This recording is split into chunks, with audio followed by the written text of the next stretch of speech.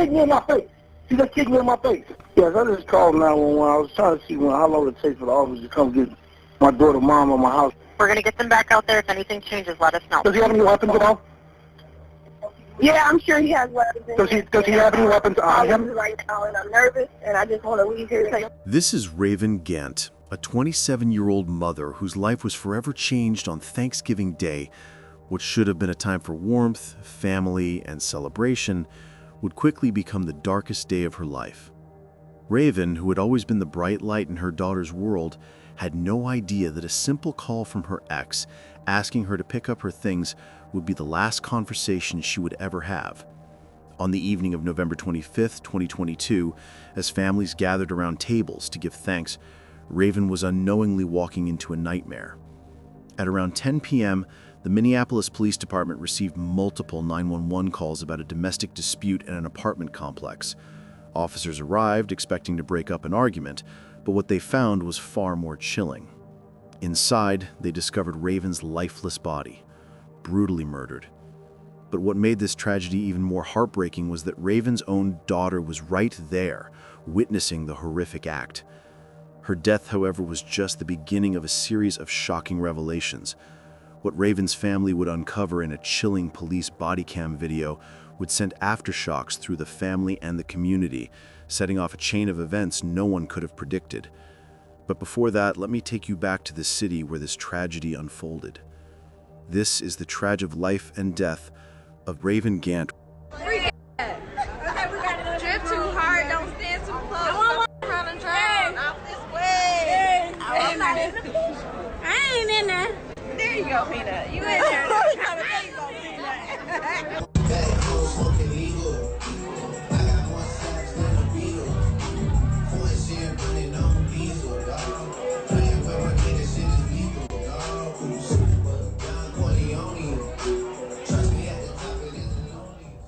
This story takes us to Minneapolis, Minnesota, a city known for its diversity, rich culture, and vibrant arts scene.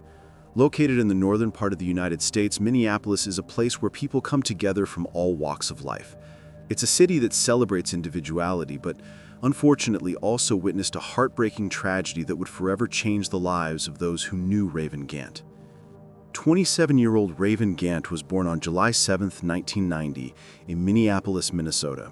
Raised in a family that loved her dearly, Raven was a woman with an infectious spirit that could captivate anyone who crossed her path. Her dream was always to carve out a successful career in hotel management, and it wasn't long before she would pursue that goal with determination. Raven worked as an accounts manager at the prestigious Union Depot Hotel, a position that reflected her dedication and professionalism. But beyond her professional aspirations, her heart was devoted to her daughter. Raven's family and friends remember her as a kind-hearted and adventurous soul, always eager to explore the world around her. She was the kind of person who could brighten up a room just by walking in, her laughter echoing and her smile infectious. Raven had an undeniable presence. She was fun, loving, and probably the most fashionable person in any room.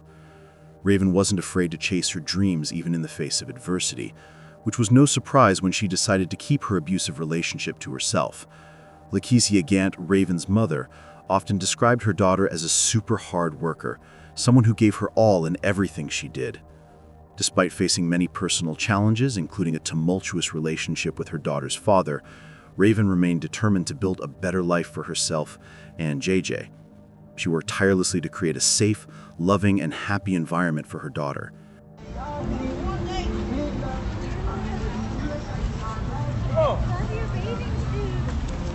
Thank you. What are we doing? To rinse off? We can. JJ, say hi. Arjaya. Come on, move butt. Arjaya. Are you gonna say hi or no? Come here. Come there. Hey, I just hit a stain when they go finesse. I just hit a stain bonito finesse. Just got 24 for 20 bands. And spit the on the coat. On my mother, with my ear. Now I got one ear low. Blank, blank. I'ma still put some diamonds on. Gang, gang, blank. Baby, girl, these diamonds on the phone. This his cars, got it, came from Barcelona. These shoes I got came from fluffy Paris. Her resilience was a constant reminder to those around her that no matter the struggles, you could always keep moving forward. But despite her best efforts, sometimes life has a way of shattering even the most carefully laid plans. For a while, Raven was involved with 41-year-old Randall Watkins, the father of her child. What started as a seemingly loving relationship slowly turned into a nightmare as Randall's true nature began to emerge. Raven had always been a hopeful soul, and despite the early signs of trouble, she wanted to believe that their relationship could be salvaged. But as time went on, Randall's violent tendencies became harder to ignore. Raven found herself trapped in a toxic and violent relationship. Randall, a man with a violent past, was able to control Raven emotionally and physically, and she found it harder and harder to break free. Raven was constantly torn between the love she had for her daughter and the toxic hold that Randall had on her life. The abuse took a toll on her, but Raven would continue to hold on the hope.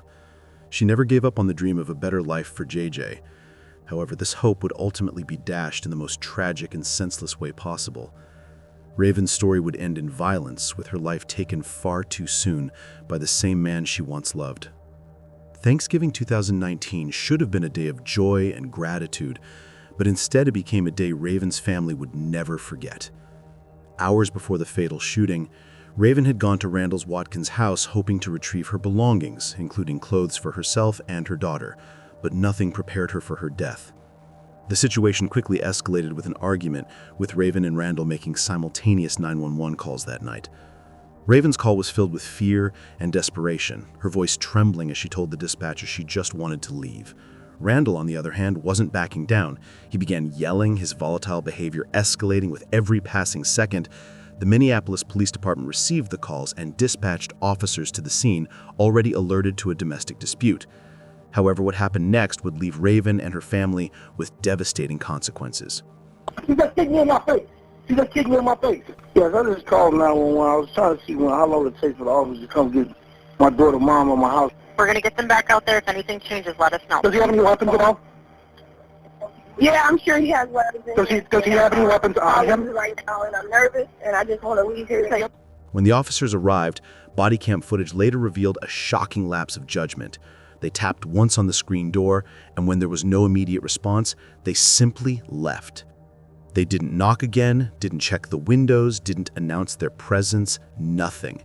4-2 on the house, it's all dark and nobody's answering the door. Can you try to call back, please? Dispatch calls Randall Watkins. 421, I got voicemail, call back. No one calls Raven. Copy, thank you. We'll be code 4. Code for clearing the scene. After just about 2 minutes at the house. In a mere 2 minutes, they had deemed the scene quiet and unresponsive, walking away from a potential life or death situation. As Raven's mother later fought to see the footage, the reality of the negligence set in. Despite the distress in Raven's voice, no further action was taken by the officers.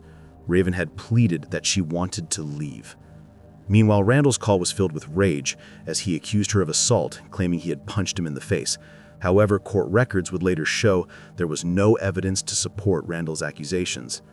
Just 5 minutes after the officers had left, Randall called 911 again, still inside the house.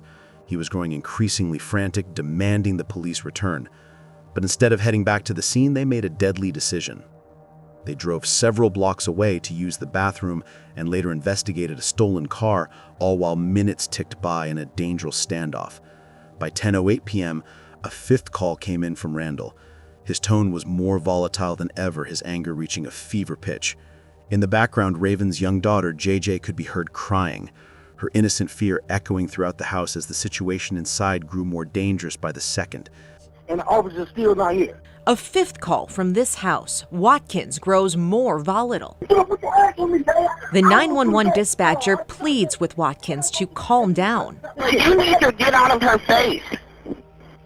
Go to another room. Little Arjaya can be heard crying. In a whole nother separate room.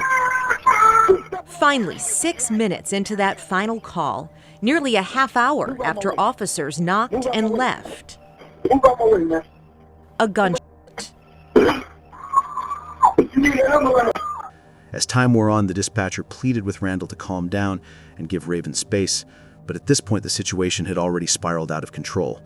With no officers in sight, Raven's life was hanging by a thread.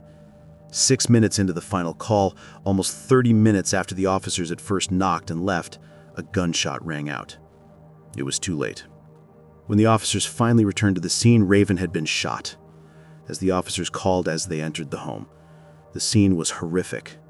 Show me your hands. When police finally did return, Yes, come on here. it was too late. There's a little kid here. RJ's mom was We got a victim here, guys. Despite the efforts of officers who administered CPR in a desperate attempt to save her, Raven passed away that night at North Memorial Medical Center. JJ's mother was gone, and all the officers found were the innocent cries of a child caught in the crossfire of a failed system. The young mother lay lifeless, with her daughter witnessing the horror. This was not just a shooting, it was an act of senseless violence that would forever haunt Raven's family and the community of Minneapolis. A Minneapolis man is accused of killing his child's mother on Thanksgiving with their 2-year-old daughter in the home. Officers responding to a domestic dispute call in Hennepin County found 27-year-old Raven Gant on the floor with a gun wound. She died at North Memorial Medical Center that night. According to a criminal complaint, she went to 41-year-old Randall Watkins' home to get some personal belongings, but was trying to get away from him because of prior physical abuse. Watkins could make an appearance in court today. He's charged with second-degree intentional murder. Katie Johnston for WCCO 4 News. The investigation into Raven Gant's death revealed shocking details about the history of abuse between her and Randall Watkins. Witnesses, including Raven's own mother, spoke of the cycle of violence that had been part of their relationship. But it would be too late. Randall Watkins had physically harmed Raven several times, leaving her with visible injuries like black eyes and other wounds. At night, when Raven got to his house and he had her trapped in that house, she reached out to my husband and my son and she said, "Dad, he got me trapped in here and he won't let me out." So she had already left with the baby. I'm trying to get the food out. I want to pray and feed everybody. Now my husband and my son is getting ready to leave. He's asking me for the car keys and I'm just being rebellious about it. I don't want to tell them where they are because I don't want them to leave. I want them to stay so we can celebrate our Thanksgiving. But I don't know at this point that Raven has reached out and said what she did. He didn't tell me. But I can look in his face and I could tell that something was wrong. So I didn't hesitate. I'm like, the keys are right there. And they stormed out of the house. My husband said he ran every light. He saw to get to Raven, but it was still too late. I said, "Where are you going?" She said, "Mom, RJ called and said if I bring Jaya to see him, he'll let me get my things." I looked at Raven and I didn't want to let her go. I didn't want to let her go. I knew that he was going to do something to my child. I knew this. And I just wanted to say, just wait, just let me put this food out here and I'm going to go with you. But she's an adult. I can't stop her from doing what she wanted to do. I had to let her go and be the adult that she is. I had to let her go. The red flags that I saw was he shot my husband. He had beat my daughter so bad till she had 2 black eyes. She had scrapes and scratches all over her body. She was covered in blood. She was standing in the doorway of a restaurant that we were all supposed to have lunch at that day, covered in blood, her and the baby. When she got our attention, she turned around and she went back out the door and sat in her car, and she was unrecognizable. He had beat her that bad. My husband was upset about it. So of course he went to see, what had happened and why he had did that to her. He shot my husband 3 times. Before that even happened, he served time in prison for shooting his best friend. He was 16 years old. He shot this 16-year-old boy in the head and in the back over $30. Even though we can clearly see it was premeditated, he lured her there. The state of Minnesota does not prosecute for first-degree. because they told me that it's too hard to prove, because you have to actually prove what a person's thinking. And that's too hard to prove. So they never go after these abusers for first degree unless it's cut and dry first degree. In my daughter's case, it was second degree. And then I think he got an additional 4 years for her in front of JJ. So he got his case carried 36 years. With an additional 4 years, he got 40 years. Out of 40 years, he'll serve 24 to 26 years and be released. With the prisons being overcrowded, he'll probably be set for parole before that time. But you can rest assured I'll be at every parole hearing. Despite multiple attempts to get away from Randall, Raven had been trapped in a toxic and violent relationship. He told my husband and my son that if they wanted a relationship with her, that she needed to let it go. But if you knew the relationship that he and Raven had, then you'd understand, you understand his actions. He loved Raven. They were super close. I can honestly say that I think that they were closer than she and I were. And he made a comment to me that I love my daughter so much that I wanted to respect her wishes, but I winded up losing her anyway. The investigation also uncovered a disturbing pattern, with Randall's violent tendencies going back to his prior murder conviction in Illinois in 1995, where he shot a friend over a petty dispute. As the investigation continued, it became clear that Raven had been trying to escape for a long time, but the system had failed her. The police response, or lack thereof, was heavily scrutinized. Why didn't the officers do more to ensure Raven's safety?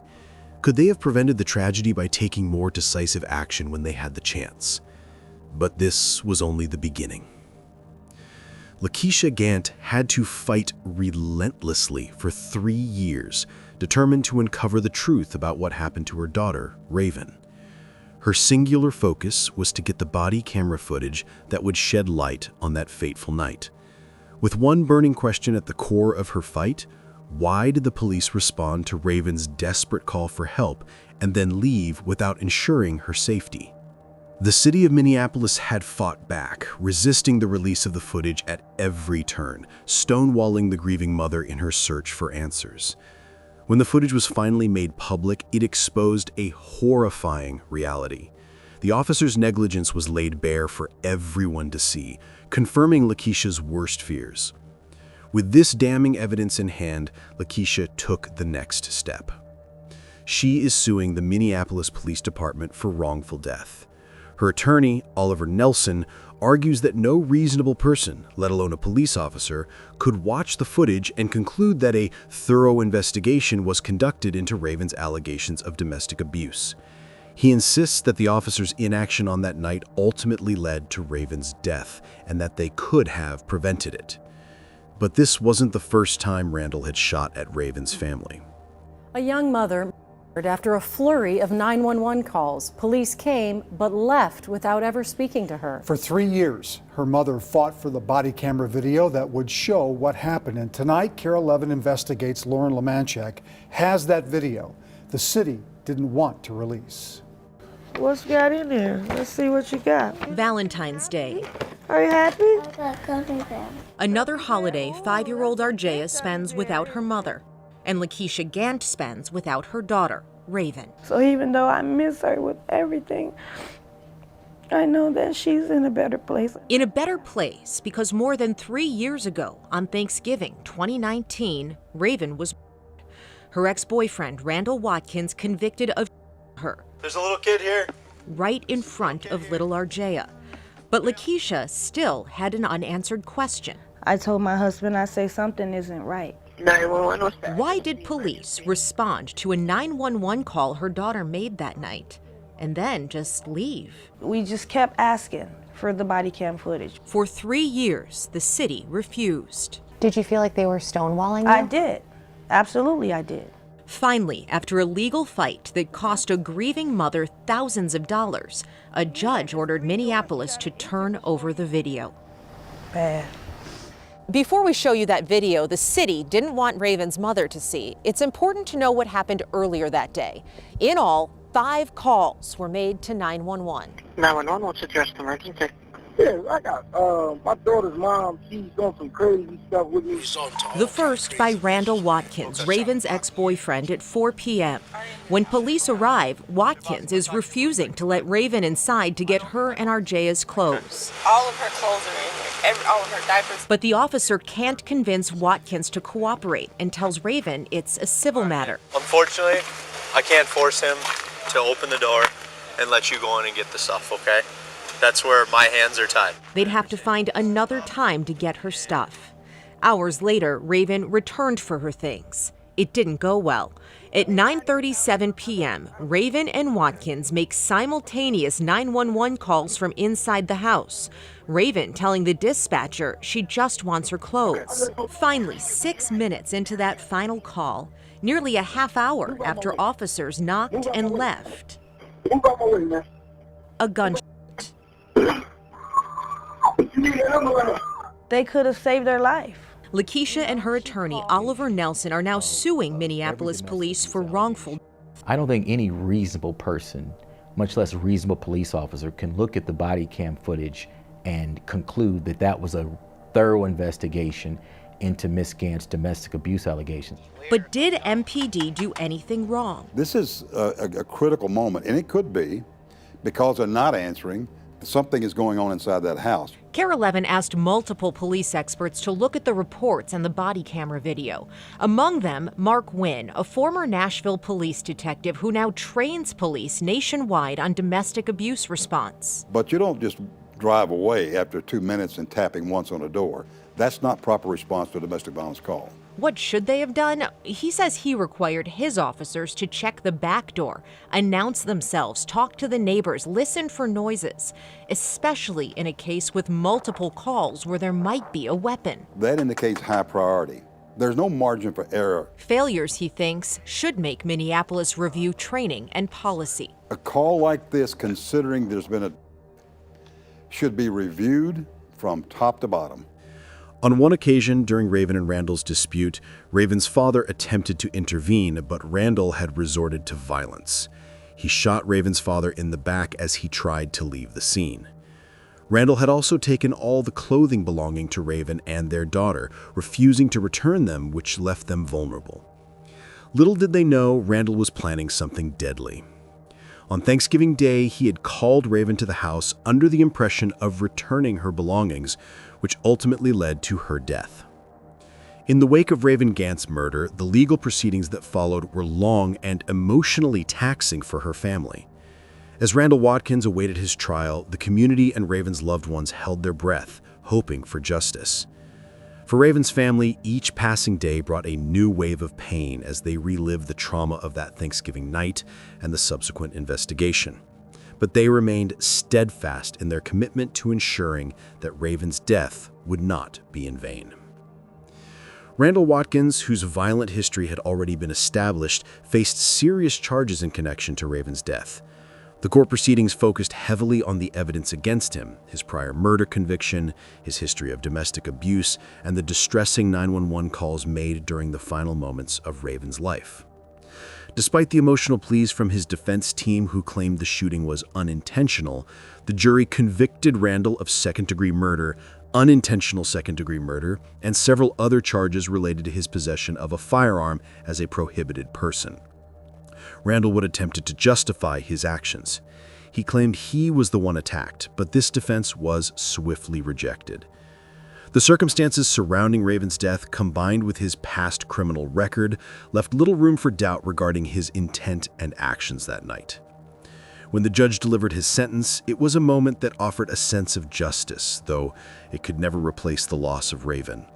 41-year-old Randall Watkins was sentenced to the maximum allowable penalty, 40 years in prison. It was a rare moment of closure for a family that had endured years of torment, watching their loved ones suffer at the hands of an abuser. However, the conviction of Randall brought only a moment of relief. The damage had already been done.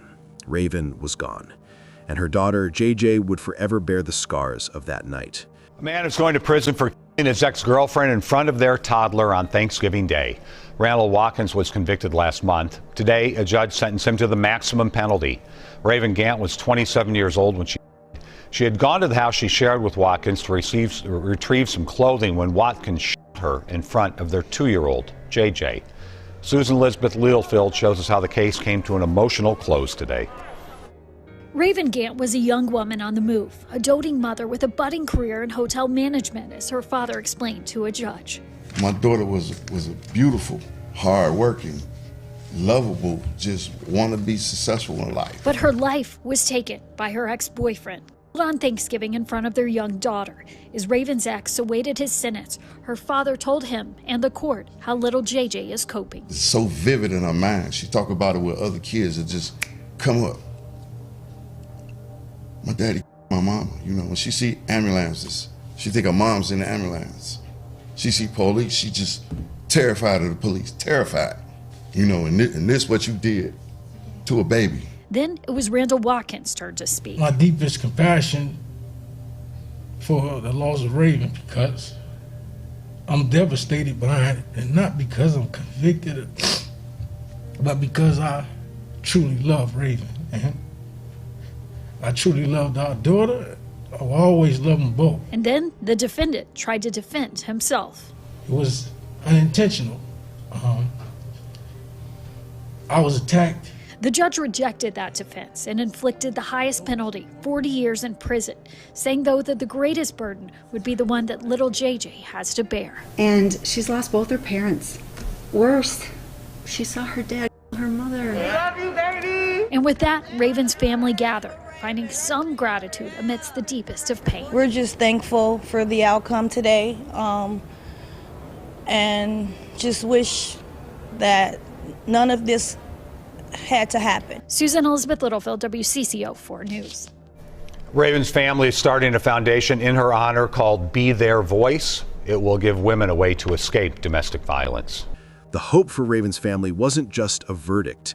It was a desire to break the cycle of abuse, to prevent others from experiencing the pain that they had endured. Their pain wasn't just about the loss of Raven. It was about ensuring that this kind of violence never happens again. The most devastating part of this tragedy was the psychological toll it took on little JJ, who was only 2 years old at the time. Her innocent eyes witnessed something no child should ever have to see: the murder of her mother. In the years since Raven's death, JJ's family has worked tirelessly to provide her with the love, care, and stability she needs to heal. But no amount of therapy or time can erase the horrific memory she carries with her. JJ's trauma, as described by Raven's father, is still incredibly raw. She is terrified of ambulances, of police officers, and of the world around her. Her childhood innocence has been stolen, and it is heartbreaking to think of the long-lasting effects this will have on her.